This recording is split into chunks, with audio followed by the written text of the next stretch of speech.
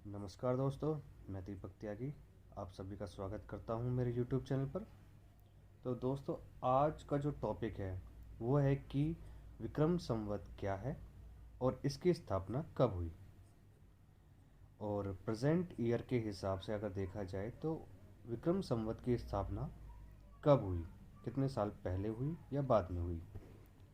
और विक्रम संवत के अलावा और भी कोई हिंदू धर्म में संवत प्रचलित है या नहीं है, किस स्टेट में किस नाम से जाना जाता है विक्रम संवत को, और हिंदू धर्म में मंथ कैसे होते हैं, किस नाम से मंथ होते हैं, और इसका कहाँ पर यूज़ है।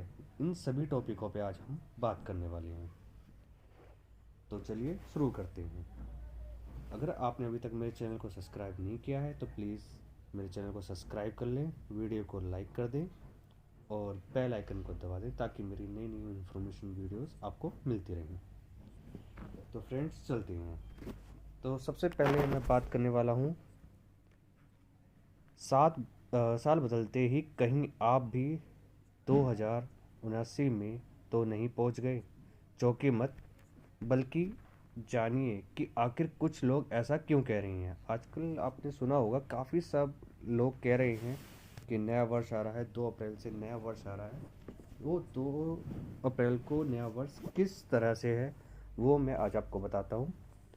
अब जैसे कि हैप्पी न्यू ईयर हम 2022 अभी गया है, का मैसेज न जाने आपको अब तक कितने लोगों को भेजना होगा, और आपने भी उन्हें सेम टू यू का रिप्लाई किया होगा।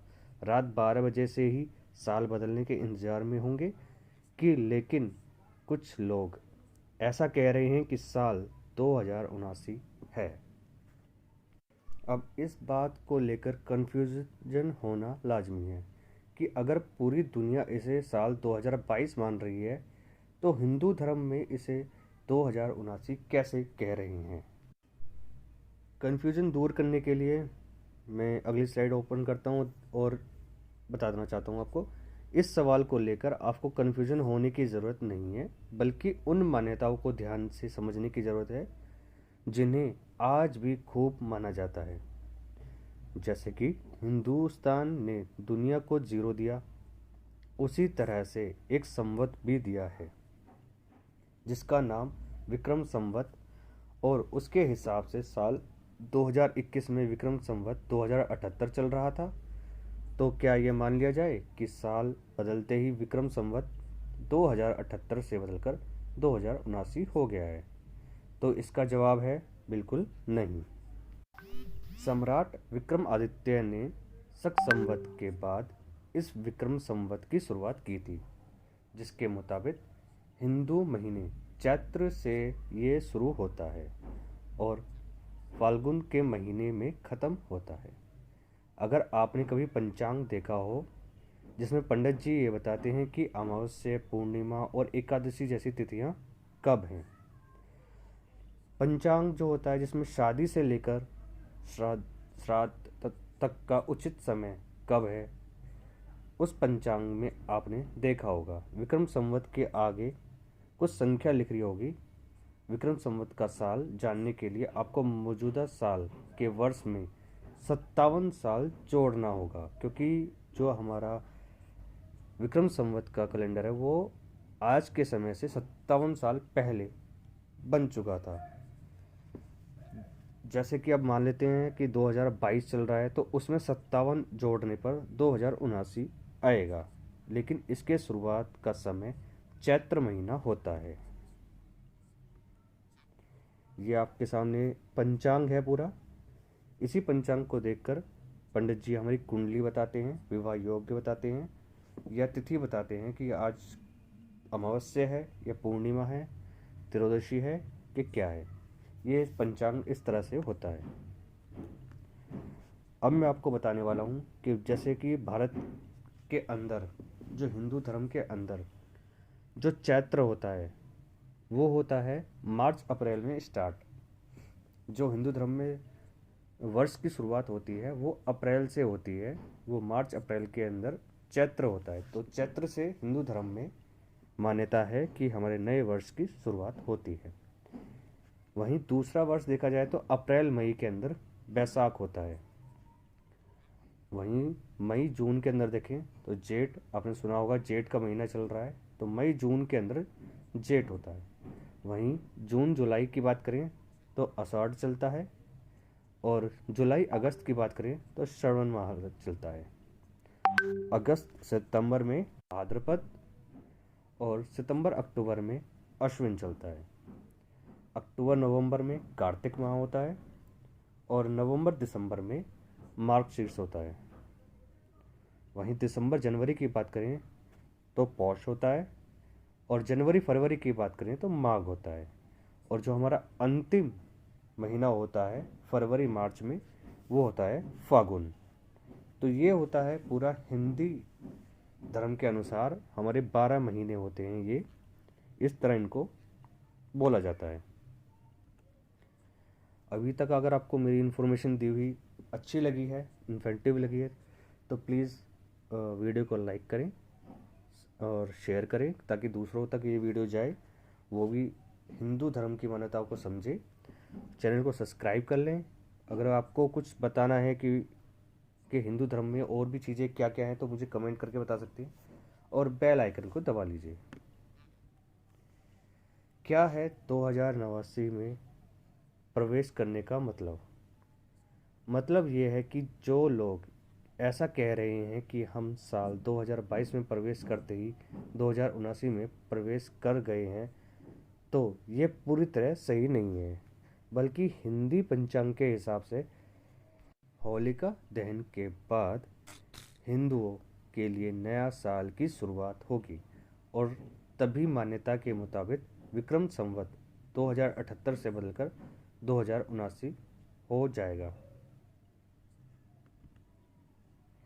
भारतीय उपमहाद्वीपों में ये तो कई संवत प्रचलित हैं, लेकिन आज 2 संवत अधिक प्रख्यात हैं। पहला विक्रम संवत और दूसरा है शक संवत। भारत में जब विक्रम संवत के आधार पर नव वर्ष प्रारंभ होता है, तो उसे हर राज्य में एक अलग नाम से जाना जाता है।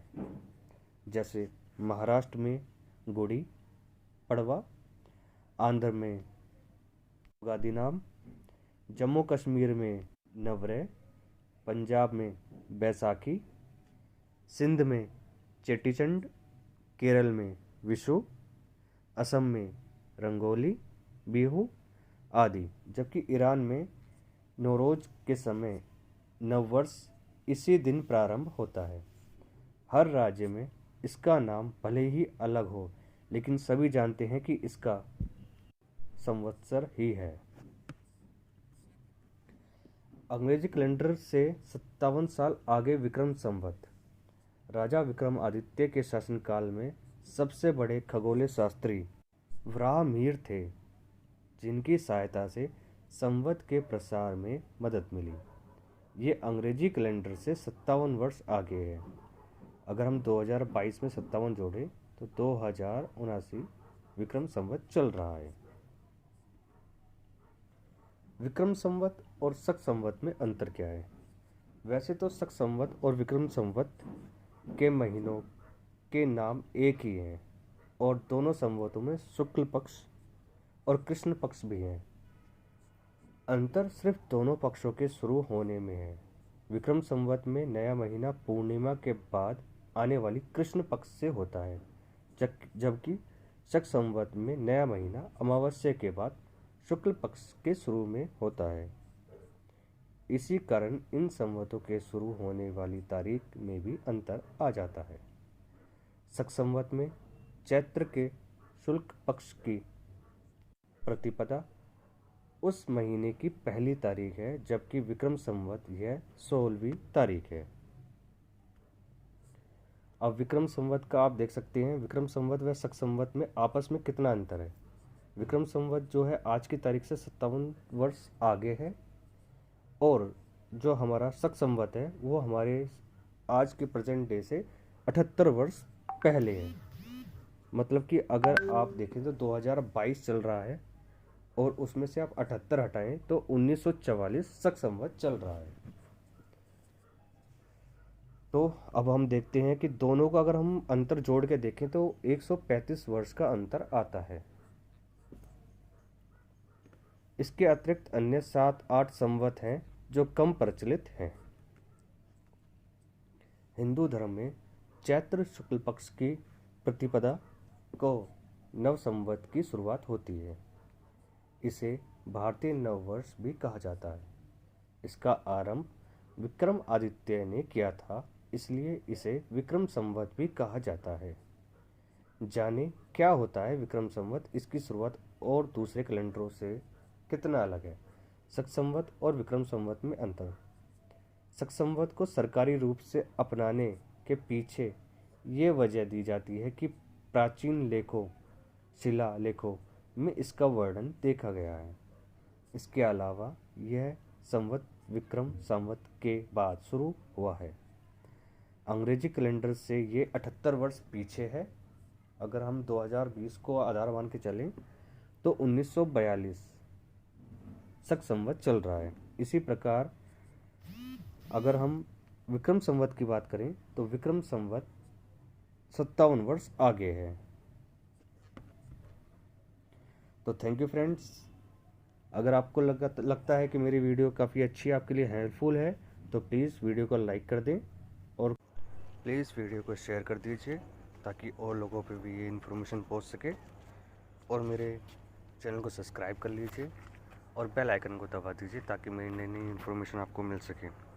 इसके बाद मैं और भी थोड़ा डीपली इसमें नॉलेज लाने वाला हूँ कि और कितने संवत पूरी दुनिया के अंदर चल रहे हैं और उनके नाम क्या हैं, वो कितने टाइम पहले से चल रहे हैं। तो वो मेरा सेकंड पार्ट आएगा, उसे भी मैं जल्दी ही लॉन्च करूँगा।